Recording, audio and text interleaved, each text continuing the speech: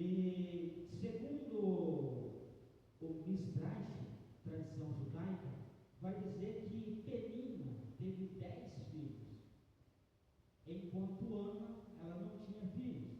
Até porque, no versículo de número 4, diz assim: e sucedeu que no dia que Eucana sacrificava, dava ele porções do sacrifício a Penina, sua mulher. Então Eucana, quando chegava no templo, ele pegava a porção do sacrifício, dava a Penina, e também aos seus filhos e todas as suas filhas, filhas de Penina e filhos de Penina. Mas o interessante aqui é que a Ana, no versículo número 5, porém a Ana dava uma parte excelente. Em outras traduções, se você pegar outras traduções, vai dizer que Eucana dava a Ana uma parte dobrada para ela, enquanto a Penina dava uma porção, para Ana, Eucana dava uma porção dobrada da sua oferta. Por quê? Porque ele amava mais a Ana do que Penina. E nesse intervalo houve uma rivalidade em que Penina começava a afrontar a Ana no versículo de número 6, e a sua competidora excessivamente a irritava para embravecer. O objetivo de Penina é que dentro do tempo ela irritava para que Ana perdesse a paz, perdesse a comunhão com Deus, ao se engravecer, ao se irar com Penina. E ela dizia: porque o Senhor secou a sua madre. Ana, você é tão bonita. Eu estou conjecturando aqui. Quem sabe Penina dizia para Ana: Ana, você é tão bonita, tão formosa, só que você tem um defeito. E o defeito que você tem é que você não pode gerar filhos. Para o Oriente Médio, Diácono Diego, uma mulher que não gerasse filhos, ela não era uma mulher bem-sucedida na sociedade. Até porque, pela tradição do Oriente Médio, se você for estudar um pouco mais a fundo, eu não vou fazer detalhes, ela poderia dar um divórcio para Eucana. Só que Eucana não quis separar de Ana, então ela tem Penina, que Penina é uma mulher fértil que vai dar filhos. Não é fácil você ter uma rivalidade. Eu não estou falando de rivalidade dentro da classe de ímpio, eu estou falando de rivalidade dentro da sua própria casa, da sua própria família. Já que irmão Douglas, o senhor fala isso porque você não tem experiência. Calma lá, vamos lá. O ano é o ano de 2010. Eu aceitei Jesus em 2009, o ano é 2010. A afronta, ela vem não por parte dos ímpios, mas por aqueles já que não eram os que convivem com o Senhor, da sua família. O ano é o ano de 2010. Estou ouvindo uma pregação de irmão Diego, o saudoso pastor, o que correu no acidente de avião, pastor Luiz Santos Gomes, que salva fora da memória. E o tema da pregação que eu estava ouvindo era sobre preservados por Deus, aqueles que Deus preserva para fazer a sua obra. E eu, novo convertido, atentamente ouvindo a pregação, chegou um tio meu, não era televisão, eu estava ouvindo um rádio, porque lá na época não tinha energia no sítio, era uma dificuldade tremenda, até porque quando eu cheguei lá, eu já queria ir embora, queria ficar lá, não tinha energia, eu estava na cidade,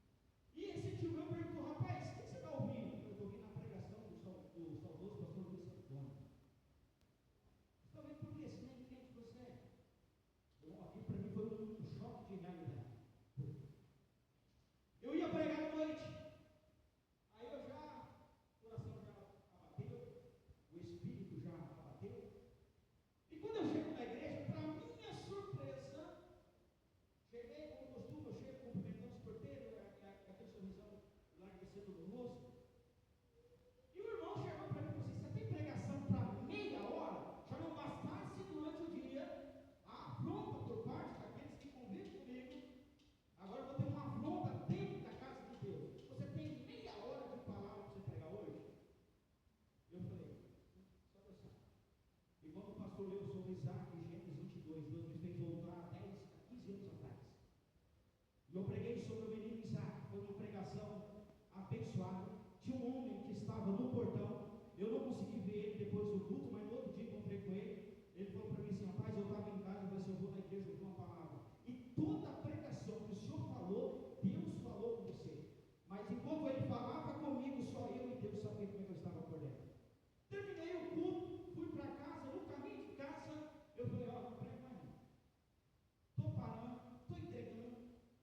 Ó, eu não prego mais nenhuma palavra, nem um tiro, nem uma vírgula, nada. Já não bastava a afronta de manhã, agora a afronta à tarde, à noite, melhor dizendo. Eu falei: não prego. Cheguei em casa, estou preparando a minha comida para comer, e o Espírito de Deus me quebrantou, e aquilo, eu jantava com lágrimas. Eu falei: não prego, não falo. Terminei de jantar, o Espírito de Deus falou para mim assim: vai para a palavra. Quando eu cheguei na palavra, a referência estava em Isaías, quando diz assim: vós sois a minha testemunha. Uma vez que você é testemunha, você não pode voltar atrás. Você é testemunha. Até no cívico, se você é chamado para ser testemunha e você não for, a polícia vem e te pega. Então é a mesma coisa no reino de Deus. Uma vez que você é testemunha, você não pode voltar atrás. Então guarde isso. Toda afronta que vem até você, vem por parte daqueles que convivem com você. É muito difícil uma afronta vir por parte de uma pessoa que não é cristã. A afronta vai vir, e eu volto a repetir, eu quero que você guarde isso aqui. É daqueles que convivem com você. Prosseguindo, no versículo de número 7, e assim fazia ele de ano em ano. Então, ou seja, de ano em ano, Eucana subia ao templo com as suas duas mulheres para oferecer a Deus sacrifício, ofertas. Quando ela subia à casa do Senhor, assim a outra irritava, pelo que Ana chorava e não comia. A afronta era tão grande por parte de Penina, que o coração de Ana está quebrantado, a ponto de ela chorar e nada consolar. No Salmo 77, que a irmã Sonia me leu, no verso de número 2, no dia da minha angústia busquei ao Senhor, a minha alma se estendeu de noite e não cessava, a minha alma se recusava a ser consolada. Então, quando Penina afrontava Ana, a alma dela dentro de si se quebrantava. Quem sabe ela não queria ser consolada, ela só chorava. E no versículo número 8, então Eucana, seu marido, lhe disse: Ana, por que choras? E por que não comes? Ana está na casa de Deus, está no momento da refeição. Ana não quer comer, Ana se priva da comida. A Bíblia diz, há um versículo na palavra de Deus, eu não vou citar para mim não cometer o erro, que o coração alegre formoseia o rosto.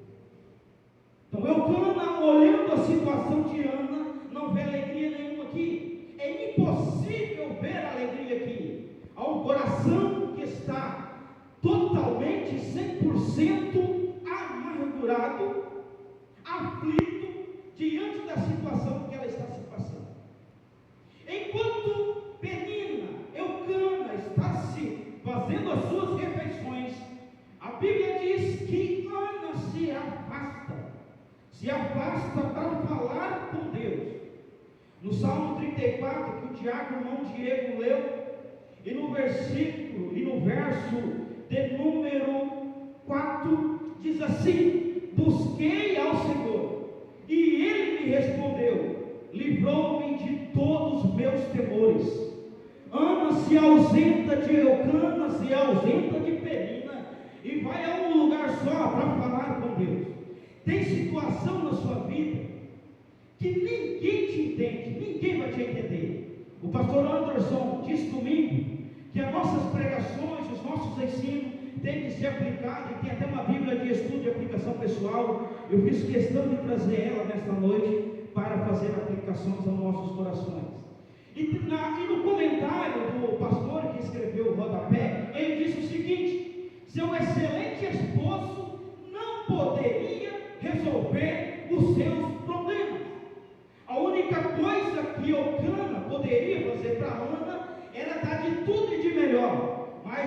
consolar, abrir a madre, isso aí já não era parte de Elcana, isso já partia de Ana a buscar a Deus. Salmo 34, então busquei ao Senhor. Ana se ausenta, vai buscar a Deus. E o que nos chama a nossa atenção, que no princípio em que ela está orando, buscando a Deus, você não vê ela falando uma palavra. No verso de número 10, ela, pois, com amargura de alma, orou ao Senhor e chorou abundantemente. A princípio aqui, Ana está chorando. É a mesma coisa você pegar uma criança quando ela cai e ela começa a chorar e nada consola ela. É a mesma coisa o que aconteceu com Ana. Ana está chorando, nada consolava Ana pelas afrontas que ela estava passando, pelo convívio dentro de casa que ela estava passando. Mas somente tinha uma pessoa que estava ali no tempo que poderia consolar.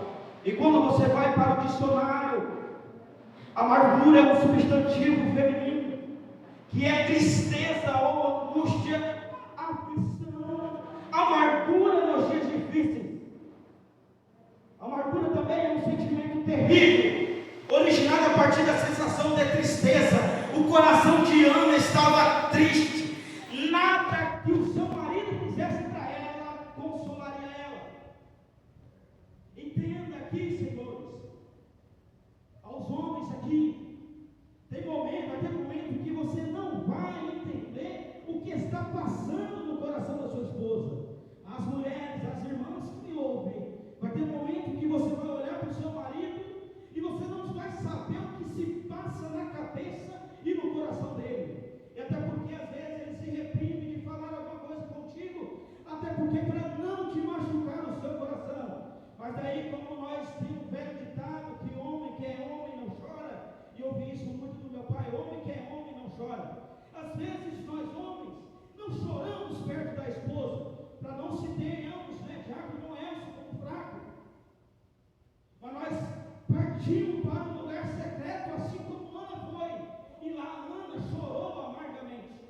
Eucana não está vendo ela chorar, Penina não está vendo ela chorar, mas tinha um que estava vendo ela chorar. O Deus do céu estava vendo.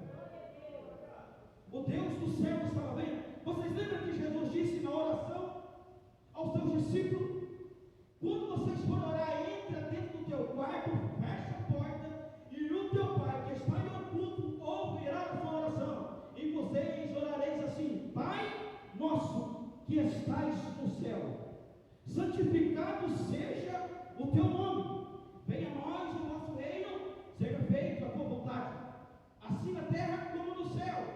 O pão nosso de cada dia dai-nos hoje, perdoai as nossas ofensas, assim como nós perdoamos a quem tem ofendido, e não nos deixes cair em tentação, mas nos livrai-nos do mal. Amém. A oração feita em secreto, Deus te ouve. E Ana estava tão amargurada, tão chorona, que as palavras não saíam da sua boca, somente os lábios mexiam, a ponto que o sacerdote ali, sentado numa cadeira, vendo aquela mulher chorar amargamente, vai dizer para ela no versículo de número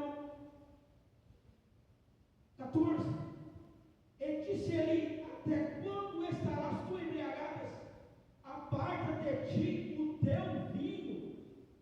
Olha o que Ana responde para ele, sacerdote. Porém Ana respondeu e disse: não, Senhor meu, eu sou uma mulher atribulada, eu sou uma mulher angustiada de espírito, nem vinho, nem bebida forte tenho bebido, porém tenho derramado a minha alma perante ao Senhor. Eu estou aqui, mas eu estou derramando a minha alma perante quem pode resolver o meu problema. O meu marido, Eucana, não pode resolver o meu problema, mas eu estou diante de alguém que pode resolver o meu problema, que é Deus. Não tenha, pois, a tua serva como filha de Belial. Em outras traduções está dizendo assim: não tem como a tua serva, que não tem valor, porque na multidão dos meus cuidados e do meu desgosto tenho falado até agora.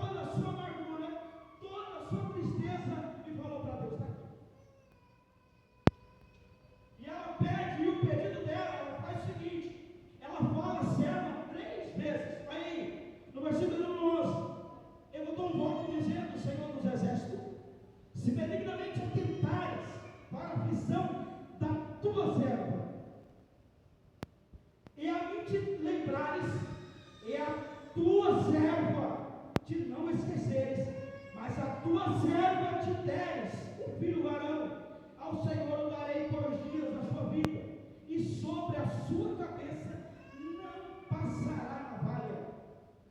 Ana vai jogar toda a sua angústia diante de Deus, e ela vai fazer um voto: Senhor, se tu me der um filho. E no comentário do rodapé dessa Bíblia vai dizer: tenha cuidado, tudo aquilo que em oração você pede para Deus, porque toda vez que em oração você pede para Deus, e Deus profetiza, e você não faz, você está sendo desonesto com Deus. A princípio Deus foi honesto contigo, e quando Deus cumpre algo na nossa vida que nós não fazemos, nós somos desonestos para com Deus. Bendito seja o nome de Jesus. Então, olha o que o sacerdote Eli vai responder para Ana. Então respondeu Eli e disse: vai em paz, e o Deus de Israel te conceda a tua petição que lhe pediste. Quando Ana fala para Eli: Senhor, eu estou bêbada, meu Senhor, eu não estou embriagado, é o meu coração que está angustiado, é o meu coração que está amargurado, está triste, eu não estou embriagado, mas diante de Deus eu tenho lançado as minhas queixas. Então o sacerdote Eli, não perguntando para ela o que ela pediu para Deus, a única coisa que o sacerdote vai dizer para ela: vai em paz, e seja feito segundo, em outras traduções, a tua petição. Ela ouvir a palavra do sacerdote, a Bíblia vai dizer que ela se levanta. Olha o texto, versículo de número 18. E disse ela: ache a tua serva graça em teus olhos. Olha o que uma palavra falada no seu tempo ela pode causar efeito. Olha o que Ana vai dizer para ele: assim a mulher se foi o seu caminho e comeu, e o seu semblante já não era triste, ou já não era mais triste. Um coração alegre formoseia o rosto. Desde o trajeto da casa de Ana até o templo, Ana está chorando. Olha, Diego, olha que coisa interessante. Ela sai de casa chorando, ela chega no templo chorando, ela se afasta chorando, ela se prostra chorando, mas ao ouvir a palavra de Eli: minha filha, vai-te em paz, e seja feita a tua petição. A Bíblia vai dizer que Ana se levanta, come, e no seu rosto já não tinha mais tristeza. Sabe o que é isso? Era Deus começando a visitar Ana.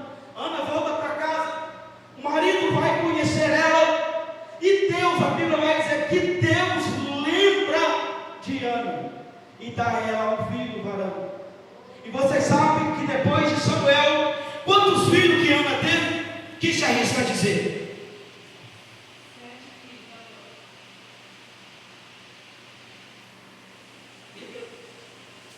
1 Samuel capítulo número 2, versículo de número 21. Visitou, pois, o Senhor a Ana, e concebeu, e teve 3 filhos, 2 filhas, e o jovem Samuel crescia diante do Senhor. Ou seja, para quem tinha madre cerrada, para quem era estéril, agora tem, além de Samuel, mais 3 filhos homens, mais 2 filhas mulher. Ou seja, Ana vai ter 4 filhos homem e 2 moças. Mas sabe o que é isso? Eu já vou entregar o microfone para o nosso dirigente. Tudo aquilo que você quer que acontece no seu tempo, não é no seu tempo que acontece. Samuel nasceu no tempo de Deus. Por quê? Samuel foi o quê? Sacerdote, profeta, juiz. Foi no tempo de Deus que Samuel vai nascer. E Samuel vai julgar Israel como profeta, como sacerdote, como juiz.